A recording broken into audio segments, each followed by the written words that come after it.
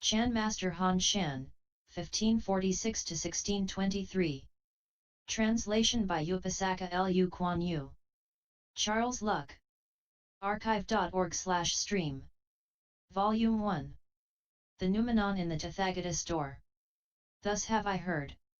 Once the Buddha stayed in the Jetavana Vihara near Sravasti with 1250 Bhiksus, most of whom were great arhats who had crossed the stream of transmigration. They upheld his teaching firmly, could leap over all realms of existence, and had achieved the respect-inspiring deportment which was held in great esteem throughout the country. They followed the Buddha to turn the wheel of the law and were qualified to hand down his dharma. Being self-disciplined, they set a good example in the three worlds in which they appeared in countless transformation bodies to deliver living beings and to save future generations from defilement. They were led by Sariputra the Wise, Mahamadgalyayana, Mahakausthaila, Purnamaitrayanaputra, Subhuti and Upanishad. There were also countless Pratyeka Buddhas who, since they had conquered their old habits, had nothing more to learn, yet came to the Buddha's Vihara determined to seek ultimate truth. Now the summer retreat had just finished when the Bhiksus took stock of their errors and mistakes, and when the Bodhisattvas from the 10 directions, determined to wipe out their remaining doubts and suspicions, reverently awaited the teaching in their search for its esoteric meaning. And so the Tathagata arranged his seat and sat with crossed legs to proclaim the profound doctrine. Such a Dharma feast to purify the assembly had never taken place before, and his melodious voice was heard in the 10 quarters. Led by Manjusri, a number of bodhisattvas as countless as sand grains in the Ganges, had come to the holy place. Meanwhile, King Prasenajit, who was keeping the anniversary of his father's death by offering vegetarian food to him, came personally to invite the Tathagata to the inner palace for a royal feast of best and rarest delicacies, to which he also invited the great bodhisattvas in the assembly. In the city the elders and devotees also offered food to members of the order and reverently waited for the Buddha's arrival. Ananda's weakness, the reason for this sermon. Commanded by the Buddha, Manjusri took the bodhisattvas and arhats to the royal feast. Ananda, however, had not come back from a distant engagement, and so was not among the invited. He was returning to the vihara alone without his superior or teacher, and bowl in hand went begging from door to door in a nearby town. He intended to call first on a donor who had not given food to the monks that day, regardless of whether or not he was virtuous, a noble, or an outcast. In his practice of universal compassion, he did not especially choose a poor man as his patron. He wanted to help all living beings earn countless merits, for he had seen the Buddha scold Subhuti and Mahakasyapa who, though being arhats, could not realize universal mind, when begging for food. He very much admired his teaching, which had eliminated all his doubts and suspicions in this respect. So when he reached the town's gate, he walked slowly, adjusting his mien to the rules of discipline. As he went begging for food, he came to a house of prostitution where Matangi, a sunken woman, succeeded, by means of Kapila magic, in drawing him close to her sensual body on the mat, so that he was on the point of breaking the rules of pure living. But the Buddha was aware of all this, and, after the royal feast, he returned to the vihara with the king, princes, and elders who wished to hear about the essentials of the Dharma. He then sent out from the top of his head a bright and triumphant multicolored light, within which appeared a transformation Buddha seated, with crossed legs, on a 1,000-petaled lotus.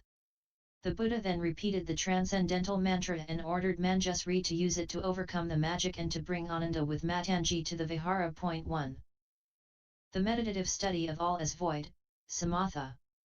When Ananda saw the Buddha, he prostrated himself at his feet, weeping bitterly and saying that, since the time without beginning, though he had heard much about the Dharma, he still could not acquire the transcendental power of the Tao, the path. Earnestly he asked the Buddha to teach the preliminary expedients in the practice of samatha, samapati and dhyana too, which led to the enlightenment of all Buddhas in the 10 directions. There was also present a great number of bodhisattvas, as countless as sand grains in the Ganges, and great arhats and pratyeka Buddhas who had come wishing to hear about the Dharma. They all waited silently and reverently for the holy teaching. Wiping out the 5 aggregates and 8 consciousnesses to expose the unreality of ego. Probing into the false mind to wipe out the first 2 aggregates and first 5 consciousnesses. The Buddha said to Ananda, "You and I are close relatives. Tell me what you saw in the assembly when you made up your mind to give up all worldly feelings of affection and love, to follow me." Ananda replied, "I saw the 32 excellent characteristics and the shining crystal-like form of the Buddha's body. I thought that all this could not be the result of desire and love, for desire creates foul and fetid impurities like pus and blood which mingle and cannot produce the wondrous brightness of his golden-hued body, in admiration of which I shaved my head to follow him." The Buddha said, "Ananda, and all of you should know that living beings, since the time without beginning, have been subject continuously to birth and death because they do not know the permanent true mind whose substance is, by nature, pure and bright. They have relied on false thinking which is not reality, so that the wheel of samsara turns. Now if you wish to study the unsurpassed Supreme Bodhi to realize this bright nature, you should answer my questions straightforwardly." All Buddhas in the 10 directions trod the same path to escape from birth and death because of their straightforward minds, with the same straightforwardness of mind and speech from start to finish without a trace of crookedness. One Ananda's weakness was the reason why the Buddha gave this important sermon. For sensuality is the main cause of our transmigration in samsara and can be removed only by wisdom. Hence Manjusri, the symbol of wisdom, was ordered to use the dharani of the great samadhi to save both Ananda and Matangi. The radiant light shining from the top of the Buddha's head revealed this bright samadhi which alone can ensure the attainment of enlightenment and without which living beings cannot escape from the wheel of birth and death. And so Ananda asked for instruction on the practice of samatha, samapatti, and dhyana for the realization of great samadhi. 2. Samatha is the meditative study of all as void or immaterial, samapatti is the meditative study of all as unreal, transitory, or temporal, and dhyana is the meditative study of the mean as inclusive of both. Ananda, when you developed that mind because of the Buddha's 32 excellent characteristics, tell me what saw and loved them. Ananda replied, "World-honored one, my love came from the use of my mind, my eyes seeing and my mind admiring them, so that it was set on relinquishing birth and death." The Buddha continued, "As you just said, your love was caused by your mind and eyes, but if you do not know where your mind and eyes really are, you will never be able to destroy delusion. For instance, when the country is invaded by bandits, the king, before sending his soldiers to destroy them, should first know where they are. That which causes you to transmigrate without interruption comes from defects in your mind and eyes. Now tell me where your mind and eyes are." Ananda replied, "World-honored one, all living beings born in the world through the 10 types of birth hold that this knowing mind is in the body. As I look at the lotus blue eyes of the Buddha, I see that they are on his face. Hence my understanding that my eyes are on my face whereas my knowing mind is in my body." The Buddha asked, "Now as you sit in this hall, where do you see Jetavana Park?" Ananda replied, "World-honored one, this great hall is in Jetavana Park, which is, therefore, outside the hall." The Buddha asked, "What do you see first in this hall?" Ananda replied, "World-honored one, in this hall, I see first the Tathagata, then the assembly, and only when looking outside do I see the park." The Buddha asked, "When you see the park, what causes you to do so?" Ananda replied, "It is because the doors and windows are open that I, though sitting in this hall, see the park outside." The Buddha then extended his golden-hued arm and touched Ananda's head with his hand, saying, "There is a samadhi called the all-embracing Supreme Shurangama, a gateway through which all Buddhas in the 10 directions attain to the wondrous majestic path. Ananda, listen now attentively." Ananda prostrated himself at the Buddha's feet and knelt to receive the holy instruction. The Buddha said, "If you are right, that, while sitting in this hall you see the park outside through open doors and windows, it would be possible for someone sitting here to see only things outside without seeing the Buddha, within." Ananda replied, one cannot see the grove and stream outside without seeing the Buddha, here.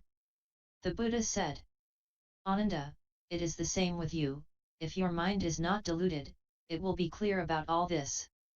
However, if your knowing mind was really in your body, you should first be clear about everything inside it. You should, therefore, see everything in your body before seeing things outside it. Even if you cannot see your heart, liver, spleen, and stomach, at least you should be clear about your growing nails and hair, about that which moves along your nerves and the pulsing of your veins. Why are you not clear about all this? If you do not see things within, how can you see those outside? Therefore, your contention that your knowing mind is inside your body is groundless. Ananda bowed and said, after hearing the Buddha's Dharma voice, I now understand that my mind is really outside my body. For instance, a lamp should light up everything in a room before the courtyard outside through the open door. If I do not see what is in my body but see things outside it, this is like a lamp placed outside a room which cannot light what is in it. This being so clear that there can be no doubt, am I still wrong about what the Buddha means? The Buddha said, all the Bhikshus followed me to Sravasti to beg for food and have now returned to Jetavana Park. I have taken my meal, but as one Bhiksu is still eating, is the whole community well fed? Ananda replied, no, world-honored one, though they are arhats, they have not the same body or lifespan, then how can one by eating cause all the others to satisfy their hunger? The Buddha said, if your knowing mind is outside your body, the two are separate. Thus when your mind knows something, your body should not feel it, and when your body feels something, your mind should not be aware of it. Now as I show you my hand, when your eyes see it, does your mind discern it? Ananda replied, yes, world-honored one, my mind discerns it. The Buddha said, if so, how can your mind be outside your body? Therefore, your contention that your knowing and discerning mind is outside your body is groundless. Ananda said, world-honored one, as you have said, if my mind does not see what is in my body, it is not within it, and if my body and mind know each other, they are not separate, and my mind is, therefore, not outside my body. Now after thinking about this, I know where my mind is. The Buddha asked, where is it? Ananda replied, since my knowing mind does not see what is in my body but can see things outside, I think it is hidden in my sense organ. For instance, if one covers one's eyes with a crystal bowl, the latter does not obstruct this sense organ, which simply follows the faculty of seeing to distinguish all things seen. Thus if my knowing mind does not see what is in my body, it is because it is in the sense organ, and if it sees clearly what is outside without being obstructed, it is because it is hidden in that organ. The Buddha asked, as you just said, the mind is hidden in the same way that the eyes are covered by the crystal bowl. Now when one so covers them and sees the mountain and river, does one also see the bowl? Ananda replied, yes, world-honored one also sees the bowl. The Buddha said, if your mind is like the crystal bowl, when you see the mountain and river, why do you not see your own eyes? If you do, they should be outside and should not follow your faculty of seeing. If they cannot be seen, how can you say that this knowing mind is hidden in the sense organ, like the eyes, covered by the crystal bowl? Therefore, your contention that the knowing mind is hidden in the sense organ is groundless. Ananda asked, world-honored one, I now think of the bowels concealed in the body and of the apertures on its surface. Therefore, where here is concealment there is darkness, and where there are openings there is light. As I am now before the Buddha, I open my eyes and see clearly, and this is called outward seeing, and when I close them, I see only darkness, and this is called inward seeing. What does the Buddha think of this? The Buddha said, when you close your eyes and see darkness, is this darkness opposite to your eyes or not?